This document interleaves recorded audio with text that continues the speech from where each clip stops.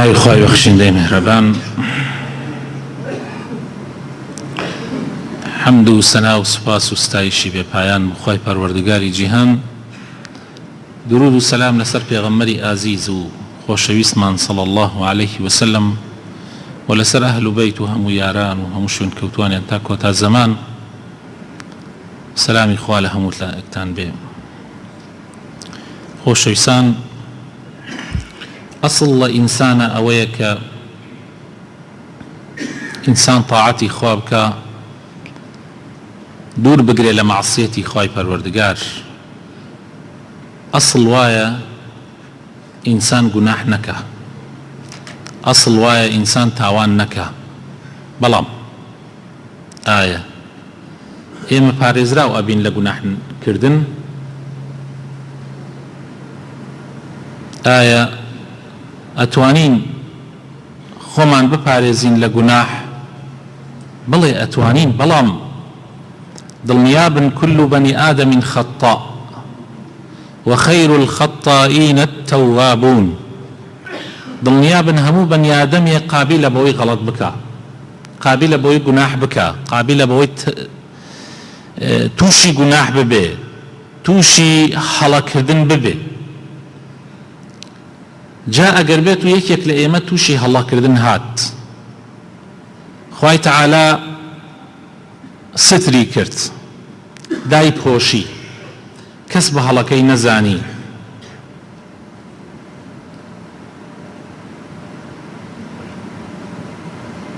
ئایا شایستەیە کەوا دوای ئەوەی کەوا خوا دای پۆشی، دوای ئەوەی کەوا ستر بوو، دوای ئەوەی کە کەس بە گوناحەکەی نەزانی، شایستەیە بڕوا ستری خوا لەسەر خۆی هەڵداتەوە؟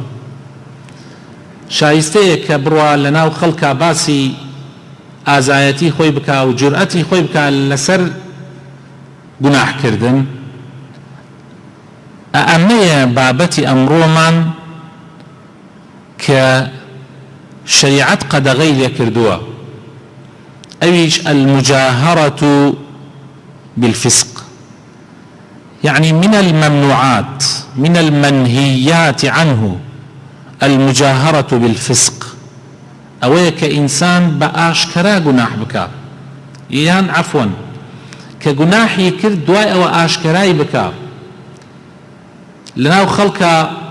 شانازی پێوە بکە، بە جورئەتەوە باسی گوناحەکەی خۆی بکە. پێغەمبەری خۆشەویستمان صلی الله عليه وسلم لە حەدیثێکا کە ئەبو هورەیرە بۆمانە ئەگەڕێتەوە و حەدیثەکەش لە بوخاری و موسلیمیشە هاتووە، ئەفەرمێ كل أمتي معافى إلا المجاهرون.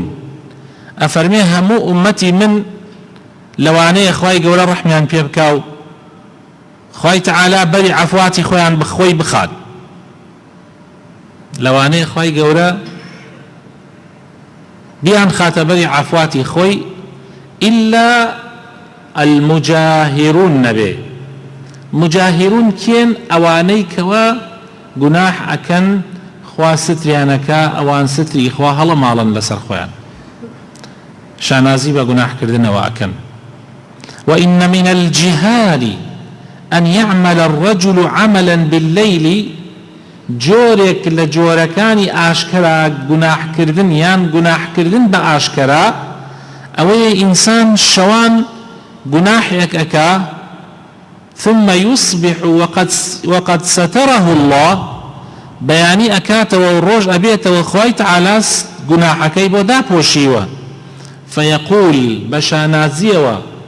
ئەڕوا بۆ لای فلانە کەس، يقول يا فلان عملت البارحة كذا وكذا، ئەڕوا بۆ لای فلان کەس و بە ئاشکرا و بە بێشەرمانە شانازی پێواکە، ئەڵێ فلانە کەس من ئەمشەو فلانە ئیش و فلانە ئیشم کرد. وقد بات يستره ربه. پێغەمبەر صلی الله عليه وسلم فەرمێ خوای تەعالا بە شەوا ستری کرد و بۆی داپۆشی، ويصبح يكشف ستر الله عنه، بەڵام ڕۆژەکاتەوە خۆی سترەکەی خوا، پۆشینەکەی خوا لەسەر خۆی لا ئەبا و گوناحەکە ئاشکراکە. طبعا دیارە بۆیە هەموو ئومەتی محەممەد صلى الله عليه وسلم چنێ گوناحبار بن لەوانەیە خوای تعالی عەفیان بکا و بکەونە بەری عەفواتی خۆی ئیلا المجاهرون نەبێ بۆ باشە خۆ هەیە گوناحەکەی زۆر گەورەیە باشە مجاهرون ئەوەندە گوناحەکەیان گەورەیە کە خوای تعالی لە عەفواتی خۆی بە دووریان بگرێ بەڵێ خۆشەویستەکانم چونکە گوناح ئەگەر ستر کرا تەنها یەک کەس یان دوو کەس کە گوناحەکە ئەکەن پێزانن بەس کە ئاشکرا کرا جورئەت پەیا ئەکرێ لە لای ملەتێ کە ئەو گوناحە بکەن جورئەت ئەدا بە خەڵکی تر کابرا بە شاراوەیی خۆی بۆ خۆی بەینی خۆی و خوا حتى تەنانەت چاوەڕوانەکە تا مناڵەکانیشی ئەخەون بڵێ عەرەق دەرەکا و دەسەکا بە خواردنەوەی لە شەوێکی درەنگا و بە ترس و لەرزێکەوە خەڵک پێی نەزانی ئەوە لەگەڵ ئەو کەسەیە کە زۆر بە شانازیەوە لەسەر ڕێگایەک کە خەڵکی بە عام پێیا تێن و ئەڕۆن لا ئەدا لە ڕێگاکە و لەبان ئەو جادە سفرەدا ئەخا و مەزەتدا ئەنا و دەسەکا بە عەرەق خواردن سێ و چوارێ بەیەکەوە ئەمە زۆر خەتەرە ئەمە جورئەت ئەدا بە خەڵکانێکی تریش ئاوا بکەن کابرایەک بە شاراوەیی هەزار مەحاولە ئەکا کەس هەوڵ و کۆشش ئەکا بۆ ئەوەی کەس پێی نەزانێ تاوانێک لە تاوانەکان ئەنجامەدا دزیە ڕەشوەیە بەرتیلە زینایە هەر جۆرێک لە جۆرەکانی تاوانکردن فەرقی هەیە لەگەڵ کابرایەکی ترا کە دوکانێکی دانابێ بۆ بێئەخلاقی سنتەرێکی دانابێ بۆ بێئەخلاقی مەلهەیەکی دانابێ لە مەلهەیەکە ئیشکا بە ئاشکرا ئێمە فەرقیە زۆر جیاوازە ئەمە جورئەتی فەساد و بێئەخلاقی ئەخاتە ناو کۆمەڵگا بەڵام ئەوی تریان تەنها بەینی خۆی و خوایە بۆیە ئەوی تریان قابلە بەوەی خوای گەورە لێی خۆش ببێ و پێغەمبەر صلی الله علیه وسلم ئەفەرمێ كل أمتي معافى هەموو ئومەتەکەم بەر عافواتەکەون ئیلا ئەوان نەبێ ئەوانەی وا بە ئاشکرایکەن و ئەوانەیشی کە بە شاراوایی خوای ئەیکەن خوایش ستریانەکە بەڵام بەیانی ئاشکرایەکە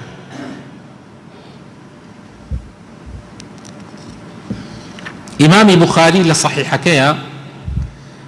بابێکی داناوە ڕەحمەتی خوای لێبێ ناوی ناوە باب ستر المؤمن على نفسه واتە مسلمان خۆی ستری خۆی بکە خۆی کارەکانی خۆی گوناحەکانی خۆی داپۆشێ حەدیثێکمان بۆ ئەهێنێتەوە لە ژێری ئەو بابەیە حەدیثەکەی ئیبن عومەرە ئەفەرمێ کابرایەک پرسیاری لێ کرد چۆن بیستوتە پێغەمبەر صلی الله عليه وسلم دەربارەی نەجوا واتە چپە حديثي فرمو به فرمو يدنو أحدكم من ربه يعني بيغمر صلى الله عليه وسلم فرمويتي للروج قيامته خواي تعالى ليكتان أمنا نزيك أبيتوا تا عقات بن جوي لبن جوي أقسي لقلاءك حتى يضع كنفه عليه فيقول عملت كذا وكذا بي الله فلانە گوناحت کرد عەبدەکەم فلانە گوناحت کرد یعنی گوناحەکانی دانە دانە خوای تعالی لە بن گوێچکە پێ ئەڵێ فلانە کەس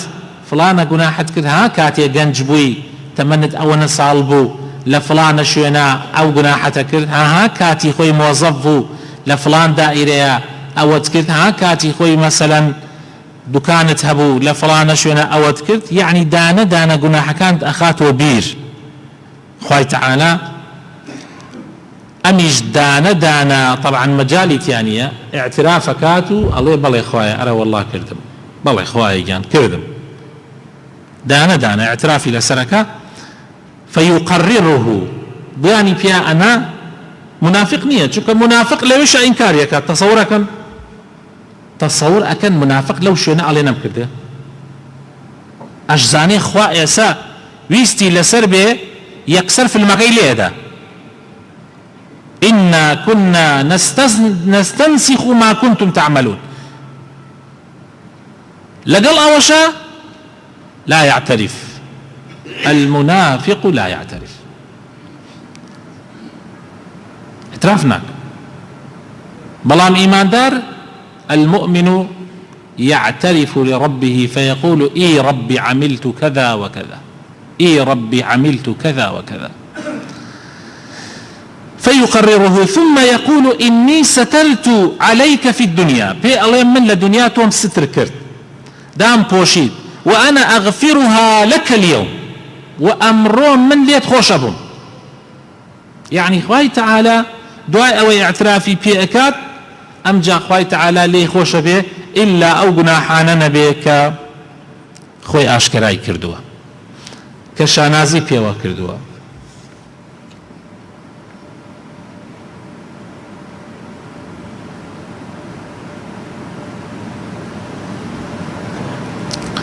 عبادي كري صامت خواهي الرازي بأجرته وبما أن بيغمري خواه صلى الله عليه وسلم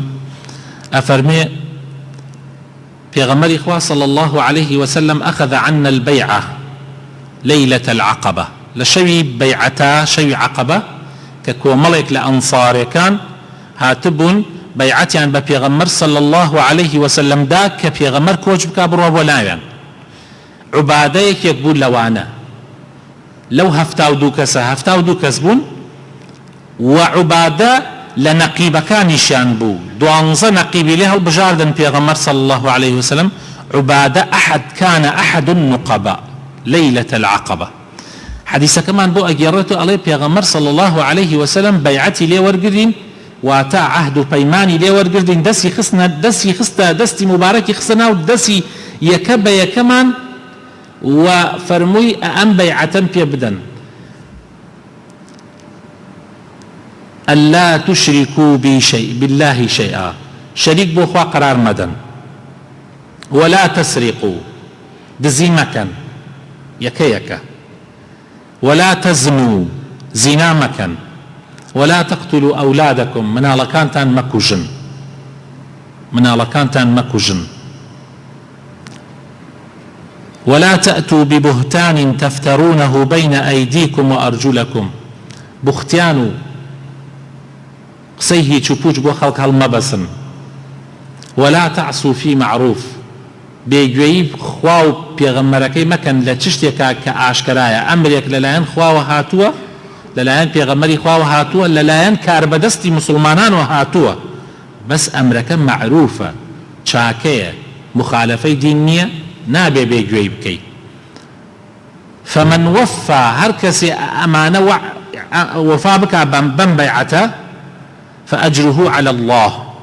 أجري للاين خوايا. ومن أصاب من ذلك شيئا أجر كسيك يكيك لمعنى ليكيك لمعنى تيكوت ليكيك لمعنى لم قنا لمعنى كإيسا باس من كرد نيتواني ببات السر وبيعتك الشكان ليكيك أنا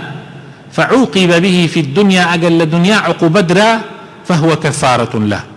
أو أبيت كفارة جناحكاني. ومن أصاب ذلك من ذلك شيئا ثم ستره الله أجر كسي جناحك لما نيك الدزي زنا إيكك لم جناحاني كرد خوا ستري كرد أويش للاو خلق باسي نكرد ستركي خوا شاردوا فهو إلى الله أو أكرت لا إخواي جورة إن شاء عفى عنه أجر ويستي لسر بإخواي تعالى لي خوش به ولولا بيغمر صلى الله عليه وسلم وعدي دا فرمي إخوة لي خوش به فرمي إخوة لي خوش به. وإن شاء عاقبه أجر ويستي شي لسر بإخواي تعالى بقدر أو جناح عقوبة أداء ودعاء إخواي تعالى هم لي خوش به يعني جاري كتير إهنته بهشت. فبايعناه على ذلك مش بيعت من داب بيغمر صلى الله عليه وسلم بيمان من بيدا لسر أم خالانه يك شريك بوخوا قرار ندين دو دزين نكين سي زنا نكين چوار منالكان ما نكوجين. طبعا منال كوشتن برا بالرزا كان مكسني منالي خوي بكوجي استلم كاتا زور زحمته بلام خلق هي جنكي دو جانيو الراد درزي لي ادا لاي دكتور مانا يكوجي اوش منال كوشتنه وا نەزانن مناڵ کوشتن نییە بەڵێ ئەمڕۆ لە هەموو ڕۆژەکان زۆرترە لە ڕۆژێکا جاری وا هەیە کەسێک پرسیارم لێ ئەکات طبعا لە من پرسیارەکەم خوا ئەزانە چەند مامۆساییتر هەیە لەم گەرمیانە ڕۆژانە چەند هەی شەهر پرسیار ناکا یەکسەر ئەیبا بۆ لای دکتۆر و دەرزیەکی لێدا و لە بارێخە و بوختیانیش هەڵ نەبەسی بۆ کەس و مەعسیەتی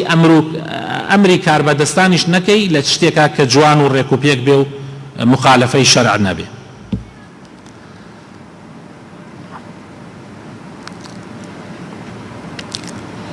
خۆشەویستەکانم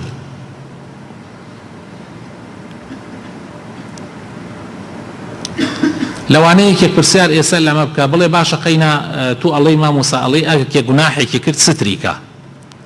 بەڵام ئێمە بیستومانە هە لە زمانی خۆتەوە و لە زمانی مامۆساکانی تریشەوە لە حەدیثا هاتووە هەندێک لە ئەصحابەکان کاتێک گوناحیان کردووە هاتنەتە لای پێغەمبەر صلی الله عليه وسلم وتیانە ئەی پێغەمبەری خوا ئەو گوناحەمان کردووە برا بەڕێزەکانم ئەوە حاڵەتێلێکی تایبەت بووە حاڵەتێلێکی تایبەتن خاصن جاری وا هەیە پێغەمبەر صلی الله عليه وسلم پێی خۆش بووە کەوا نێن بەس ئەو وای زانیوە مەجالی تەوبە نییە ئەو سەحابەیە وای زانیە تەوبە مەجالی نەماوە بۆیە دێتە لای پێغەمبەر صلی الله عليه وسلم اعترافەکە تا پێغەمبەر صلی الله عليه وسلم ڕێگای تەوبەی پێ پیشاندا بەڵام پێغەمبەری خوا صلی الله عليه وسلم پێی خۆش بووە هەر کەسێک گوناحێکی کرد نەڕوا باسیکە نە لە مەحکەمە نە لای کاربەدەستان بیشارێتەوە بینی خۆی و خوای ئەگەر شتەکە سڕی بێ با بە سڕی بمێنێتەوە و بڵاوی نەکاتەوە ئەوە ئەسڵە ئەسڵ وایە ئینسان من خۆم گوێم لە دەیەها عالمی گەورە بووە لە خزمەتیانە دانیشتوم یان وەکو گوێم لیان بووە لە خزمەتیانە نەبووم بەڵام دانیشتوم گوێم لیان بووە کەوا خەڵک پرسیاری لێ کردوون کەوا ئەگەر کەسێک زینایی کرد بچێ لە مەحکەمە خۆی ئاشکراکە و عقوبەکەی وەربگرێ یان بیشارێتەوە فەرموویەتی مادام خوا ستری کردی ستری کە و بێدەنگ بەو تۆبە بکە بەڵام ئایا لە دزیە ئەگەر ئینسان حەقی خەڵکی تری خوارد ئەتوانێ تەوبە بکە و بیشارێتەوە باسی نەکا نە ئەبێت دزیەکە بگەڕێنێتەوە شوێنی خۆی بە شێوازێک لە شێوازەکان ئەبێ ئەو حەقە ئەو پارەیە چونکە ئەمە ماڵی خەڵکی تری تایە ئەبێ بیگرێنێتەوە شوێنی خۆی.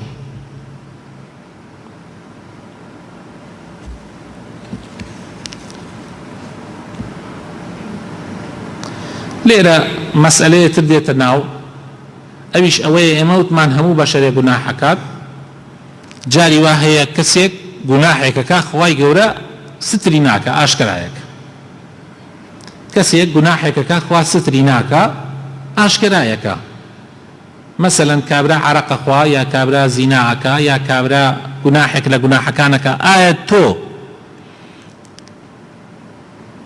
ئەتوانی طعنی لێ بدەی ئەتوانی کابرا بشکێنیتەوە لا ينبغي للمسلم أن يتعالى على إخوانه المسلمين فيعيرهم بما فعلوه من الذنوب لأن كل ابن آدم خطاء وخير الخطائين التوابون نابي مسلمان بحيث شوازيك تانا لبراي مسلماني بدا باتشان يقول أحباريش ونابيت خوي برز بقري بسريا بەڵکو ئەبێ نەسیحەتی کات تەوبە بکە پەشیمان ببێتەوە بگەڕێتەوە بەڵای خوا نەوەک بڕوا شانازی بکا بەسەریا و تفی لێ بکا و لەعنەتی لێ بکا و قسەی ناشرینی پێ بکە جوان نییە بۆ ئینسانی مسلمان چونکە هەموو ئینسانێک قابلە بەوەی گوناح بکە ئینسان ئەبێ کاتی ئەبینێ کەسێک گوناحێکەکە ئەبێ وا تەسەور بکە یان وا داینا دوور نییە بەیانی خۆتیش تووشی ئەو گوناحە بی قەت مەڵێ لەناو خەڵکا بە شانازیەوە بڵێ وەڵا کوڕەکەی فڵان کەسیان دوێ کە دیە ئاوا بووە فڵان کەس ئاوا قەت مەکە چونکە لەوانەیە سبەی خۆت تووشی ئەو گوناحە بی لەوانەیە خوا عقوبەی خوا لەوانەیە بۆ تۆ ئەوە بێت تۆش تووشی ئەو گوناحە ببیتە. جندوبی کوڕی عەبدوڵڵا بۆمان ئەگێڕێتەوە خوای لێ ڕازی بێ ئەفەرمێ ئەنە ڕەجولا قال والله لا يغفر الله لفلان كابرايا توشي گناحي بوا كابرايا كي ترسوني خوارده وتيتي والله خوا قد بي خوش ناوي کابرایەک تووشی گوناحێ بووە کەسێکی تر وتوێتی چی؟ وتوێتی واللهی خوا قەت دەی خۆش نابێ وإن الله تعالى قال من ذا الذي يتآلى علي أن لا أغفر لفلان ئەوە کێوە خۆی ئەوەنەوە گەورە ئەزانێ و فیز ئەکا و ئەڵێ خوا لە فڵانە کەس خۆش نابێ فإني قد غفرت له ئەوە من لەو خۆش بووم وأحبطت عملك ئەوە عملەکەی تۆشم پوچەڵ کردەوە قەت شانازی مەکەن برا بەڕێزەکان قەت مەنازن بە دوو ڕکات نوێژ یان دوو ڕۆژ و گرتن یان بەوە وا بزانن تر ئێمە هیچمان نەیەڵاتۆ و یەکسەر بە 8 مان زەمانەت کردێ و فڵانە کەسیش ئەڕاتە جەهەنم و لەبەرەوەی گوناحێکێ نا قەت والله براینە والله براینە حەقە ئێمە بۆ گوناحەکانی خۆمان بگرین هەر کاتێ گوناحمان نەبوو زیاتر ئەبێ لەخوا بترسین و گەورەترین گوناحەکان ئەوەیە تانە لە خەڵک بدەین چونکە لەوانەیە خوای گەورە تووشی بەڵای ئەوە بکە زۆر خەتەرە والله دائما ئینسان خوا تووشی ئیمتحانی بکە باشترە بۆ ئەوەی دائما هەست بە زەلیلی بکە و خۆی نەنازێ بەسەر خەڵکا و فشەی بەسەر خەڵکا نەکە چونکە فشەیکردن بەسەر خەڵکا خۆ بەرزگرتن بەسەر خەڵکا یەکێکە لە گەورەترین موسیبەتەکان کە تووشی زۆر بەمان بووە خوا پەنامان بدە ابن مسعود أفرمي خوای لێ ڕازی بێ صحابەی پێغەمبەر صلی الله عليه وسلم أفرمي إذا رأيتم أخاكم قارف ذنبا ئەگە برایەکتان بینی تووشی گوناحێک بوو بسڵمانێکتان بینی تووشی گوناحێک بوو فلا تكونوا أعوانا للشيطان عليه مبنى براي الشيطان هاوكاري شيطان بكن لسر براكتان تقولون اللهم اخزه اللهم لعنه بڵێن خوایە ڕوڕەشیکەی خوایە لعنەتی لێ بکەی ولكن سلوا الله العافية بەڵام لەو کاتە کە ئەبینن برایەکتان تووشی گوناحێکە بێ داوا بکەن خوای گیان پەنا بە تۆ ئەگرین یا ڕەبی ئێمەش لەو گوناحە داوا بکەن خوا تووشی ئەو مصیبەتتان نەکات فإنا أصحاب محمد صلى الله عليه وسلم كنا لا نقول في أحد شيئا الله بۆ ئەصحابەکانی پێغەمبەر ئەوە نەبەرزن بۆ ئەصحابەکانی پێغەمبەر ئەوە نەبەڕێزن ابن مسعود ئەفەرمێ ئێمەی ئەصحابەکانی پێغەمبەر قەت ڕۆژێ لە ڕۆژان قسەمان بە یەکێک ناکرد قەت تانەیەکمان لە یەکێک نەئەدا دڵپاک بوون ئەصحابەکانی پێغەمبەر با بزانن براینە بەرزی لە لای خوا بە دڵپاکیە چەندێ دڵت پاک بێ ئەوەنە بەرزی لە لای خوا حتى نعلم على ما يموت حتى كابراد نمان بینایە لەسەر چی ئەمرێ قەت باسی کەسێکمان ناکرد حتى باسی کافریش سبحان الله حتى نمان بینایە لەسەر کافرەکەی ئەمرێ ئەگەر بمان بینایە لەسەر خێر ئەمرێ ئەوە دەستخۆش ئەوە داوامانەکرد خوای گەورە لێی خۆش بێ ئەگەر بیشمان بینایە لەسەر شەڕ ئەمرێ ئەوە داوامانەکرد کە خوای تەعالا ڕەحم بە ئێمە بکا و ئێمەش لەسەر ئەوە نەمرێنی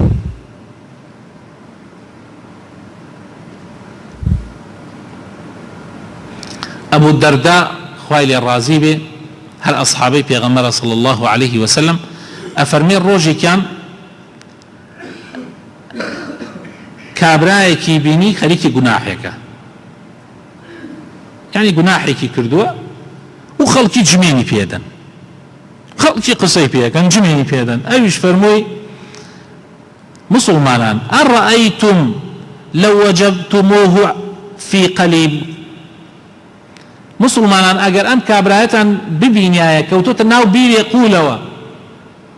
چیتان ئەکرد ئەلەم تەکونوا مستخرجی ئایا حەبلێکتان نەئەخستە خوارەوە دەریکەن لەو بیرە قوولە قالوا بلى وتيان بلي دي فرموي فلا تسبوا أخاكم فرموي جميعا ببراكتان مدن واحمدوا الله الذي عافاكم شكري خوابكن كخوا عفو يوي توش أو مصيبتنا كردوا آشكراتان كا قالوا أفلا نبغضه وتيان أبو الدرداء آية قينش مالينا كابرايك أبينين عرق أخوا أو بو مانية باسي بكين بۆمان نییە حەیایی ببین بۆمان نییە قسەی ناشری پێ بکەین ئەی باشە قەینا قینیشمان لێی نەبێ فرمووی إنما أبغض عمله فرمووی من قینم هالە عملەکەی قینم لە خۆی نییە فإذا تركه فهو أخي ئەگەر ئەو عملە پیسە ترک برا ئەوە هەر برای منە فەرقی نییە بەس من قینم هالە عملەکەی ئەو کردەوەیەکی ناشرینەکە قینم هالە کردەوە ناشرینەکەی خۆ قینم لە خۆی نییە. جا ئێمە ئەگەر بەم چاوە سەیری خەڵک بکەین خەڵکی زۆر تۆباکە خەڵکی زۆر دڵی بە ئیسلام خۆشەوێ جاران پیاوێکی ڕیش سپی ئیماندار لە زمانی خۆیان خەڵک بیبینایە وایە نەزانی مەلایکەکان نەبین وایە نەزانی ئەسحابەکانی پێغەمبەرە بینن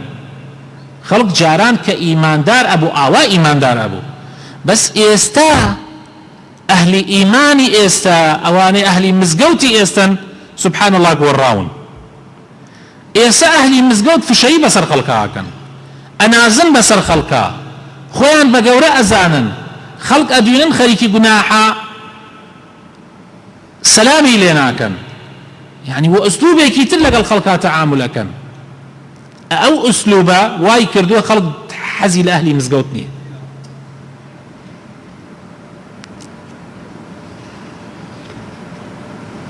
چونکە هەر کەسێ برا بە ڕێزەکانم قسە بە یەکێ بکات کە تووشی گوناحێ بووە ئەوە معنای ئەوەیە ئەم کابرا زۆر سقەی بەخۆی هەیە هو لە ئیسلامی شاخوا یعنی نابێ هیچ کەسێ متمانەی 100% بەخۆی هەبێ براینە نابێ متمانەت بەخۆت هەبێ لەوانەیە ئێستا تا ئێوارە تووشی گەورەترین موسیبەت بی لەوانەیە گەورەترین گوناح بکەی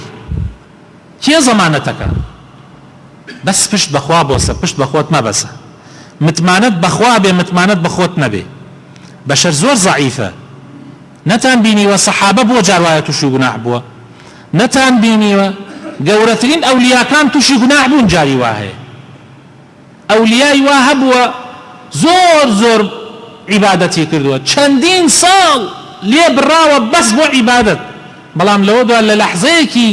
لە لەحظەیەک لە لەحەزاتەکانە خۆی پێ نەگیرا و تووشی گوناحێکی گەورە بووە چێ لە تووش وا ناوی بۆیە ئینسان زۆر متمانەی بەخۆی نەبێ متمانەی بەخوا بێ پشت بەخۆی نەبەسێ پشت بەخوا ببەسێ زۆر زۆر گرنگە هەر کاتێ یەکێک لە ئێمە تووشی گوناحێک هات یەکسەر ئەبێت تەوبە بکەین و بگەڕێنەوە بۆ لای خوای تەعالا چونکە برا بە ڕێزەکانم سەحابەیە کاتە خزمەتی پێغەمبەر صلی الله علیه وسلم وتی نەسیحەتم کە چی بکەم یعنی ئەگەر ڕۆیشتم بۆ شوێنێک سەفەرێکم کرد نەسیحەتم کە فەرمووی ئەگەر چووی بۆ شوێنێ تووشی گوناحێ بووی یەکسەر تۆبە بکە و کارێکی چاکە بکە بیسڕێتەوە ئەگەر یەکێک لە ئێمە تووشی گوناحێ بووە براینە گوناح چارکردنی گوناح ئەوەیە تەوبە بکەیت و چاکەیە بکەی بیسڕێتەوە سەحابەیە کاتە خزمەتی پێغەمبەر صلی الله عليه وسلم وتی ئەی پێغەمبەری خوا من تووشی گوناحێ بووم إن رجلا قال يا رسول الله عالجت امرأة في أقصى المدينة وإني أصبت منها دون أن أمسها گوناحەکەی ئەمە بووە هاتۆتە خزمەتی پێغەمبەر صلی الله عليه وسلم ئەی پێغەمبەری خوا ئافرەتێک دەستم بۆ ئافرەتێ برد بەس زیناکەم لەگەڵا نەکرد هەموو شتێکم کرد لەگەڵێ ما چی کردووە ئەوەی کە ئینسانێکە زۆر پەشیمانم نازانم فقضی فیە بما شئت یعنی چی ئەبینی پاک مەکاتەوە بۆمی بکە یعنی بەسەرما ئەگەر حەدێکی شەرعی هەیە لەسەرما تەطبیقی کە با پاک بمەوە لای خوای تەعالا فقال عمر بن الخطاب عمری کوڕی خەطاب لەوێ دانیشت بوو فرمووی لقد سترك الله لو سترت نفسك فرمووی خوا سترتی کرد تۆ بۆ هاتی لێراکە باش باسێک خوا سترتی کرد تۆ بۆ هاتی ستری خوارد لەسەر خۆت هەڵدایەوە پێغەمبەر صلی الله عليه وسلم هیچ وڵامی نەدایەوە هیچ وڵامێکی کابرای نەدایەوە کابرا هەڵسا و ڕۆیشت فقام الرجل فلم يرد عليه النبي صلى الله عليه وسلم فقام الرجل کابرا ڕۆیشت بەس عومەر ئەوەی پێوت وتی خوا سترتی کرد تۆ بۆ ستری خوارد لەسەر خۆت هەڵدایەوە فانطلق كابرا ليدا وروي فأتبعه النبي صلى الله عليه وسلم رجلا في غمر صلى الله عليه وسلم كابرا كي بشري كابرا ناب وتي بانجم كردواه كابرا قرايا دواو فتلا عليه قوله تعالى وأقم الصلاة طرفي النهار وزلفا من الليل إن الحسنات يذهبن السيئات فرموي إنسان چاکە بکە ئێواران و بەیانیان چاکە بکە چونکە چاکەکان خراپەکان ئەسڕێتەوە. خوای گەورە ئەم ئاەتەی بەسەر منە دابەزان دەربارەی تۆ. کابراوتی ئەی پێغەمبەری خوا ئەمە بەس بۆ منە بەتەنیا یا بۆ ئومەتی محەممەدە صلی الله عليه وسلم؟ فەرمووی بۆ هەموو ئومەتی محەممەد، یعنی هەموو ئومەتی محەممەد کە تووشی گوناح دێن با بڕۆن چاکە بکەن چاکەکان بیسڕێتەوە. إن الحسنات يذهبن السيئات ذلك ذكرى للذاكرين. أجر إنسان جناحك كتبا أما بكا بيسريتوا حتى لحديث كتراتوا في غمر صلى الله عليه وسلم فرمي إذا عملت سيئة أجر كارك خرابت كرت أمشو كارك خرابت كرت أمرو كارك خرابت كرت شاركي تشيه توبكي تشيه أويا فأتبعها حسنة بتشاكيك بيسروا. إمام بيهقي لشعب الإيمان لابن السماك وأجرته أليت أصبحت الخليقة على 3 أصناف. خلقي إنسان كان قشتي لسرسي شوازن. صنف من الذنب تائب كومال خلق كان لجناح توبيان كردوا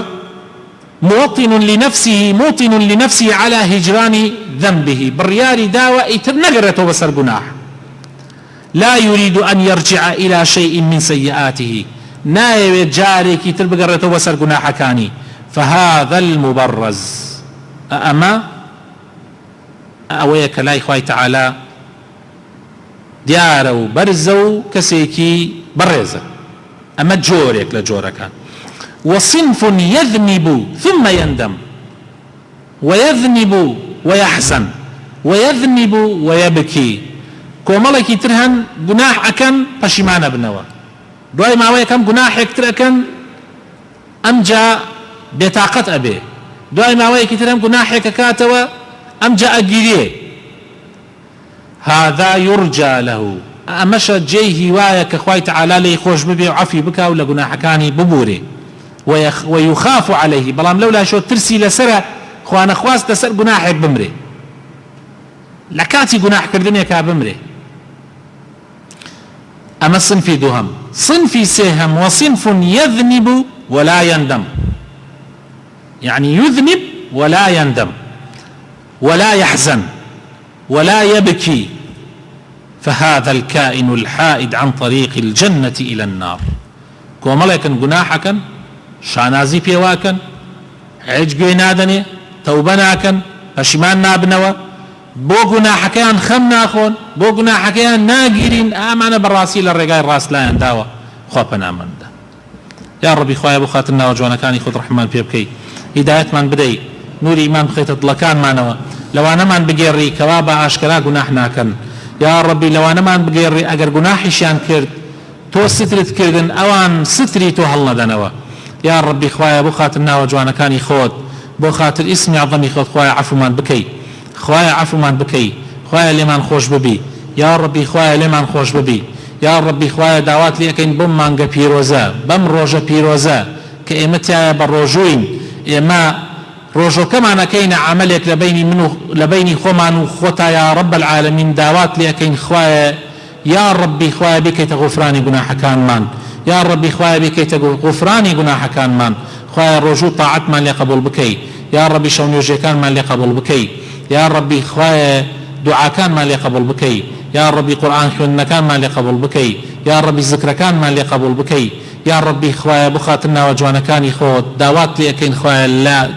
مالو من المن خوش ببي مالو من المال إصلاح بكي جنج كان من إصلاح بكي يا ربي خوايا رحم بدايك وباوك وبراو خشكو كسكار كان من بكي يا ربي خوايا رحم بمردو كان من بكي عفيا بكي يا رب العالمين خوايا شفاينا خوش كان من بدي يا ربي شفاينا خوش كان من بدي يا ربي خوايا بتايبتي او نخوشاني كدواي دعاء خير نكردون خوايا شفايا بدي يا ربي رحم بگەنجەك جوانەکانمان بکەی لە گوناح بەدووریان بگری یا ربی خوایە بەزەیت بە ئەختیار و پیاوە بەتەمەنەکانمانە بێتەوە یا ربی خوایە بەزەیت بە ئەختیار و پیاوە بەتەمەنەکانمانە بێتەوە یا ربی خوایە یا ربی خوایە هەر کەسێ احتیاجێکی لەم مەجلیسە دانیشتووە یا گوێی لەم وتارە ئەبێ یا ربی خوایە احتیاجەکەی بۆ جێبەجێ بکەی یا ربی خوایە احتیاجی مسلمانان جێبەجێ بکەی یا ربی هەر کەسێ خوایە احتیاجیەکی هەیە و حەزەکە ئێمە دوعای خێری بۆ بکەین خوایە بۆی جێبەجێ بکەیت و خێری دین و دنیای تێ بخەی بۆ یا رب العالمین خوایە وڵاتمان پارێزراو بکەی خوایە لە تەفریقە بە دوورمان بگری خوایە دووبارەکی نەخەیتە ناو وڵاتمانەوە يا رب العالمين آمين آمين سبحان ربك رب العزة عما يصفون وسلام على المرسلين والحمد لله رب العالمين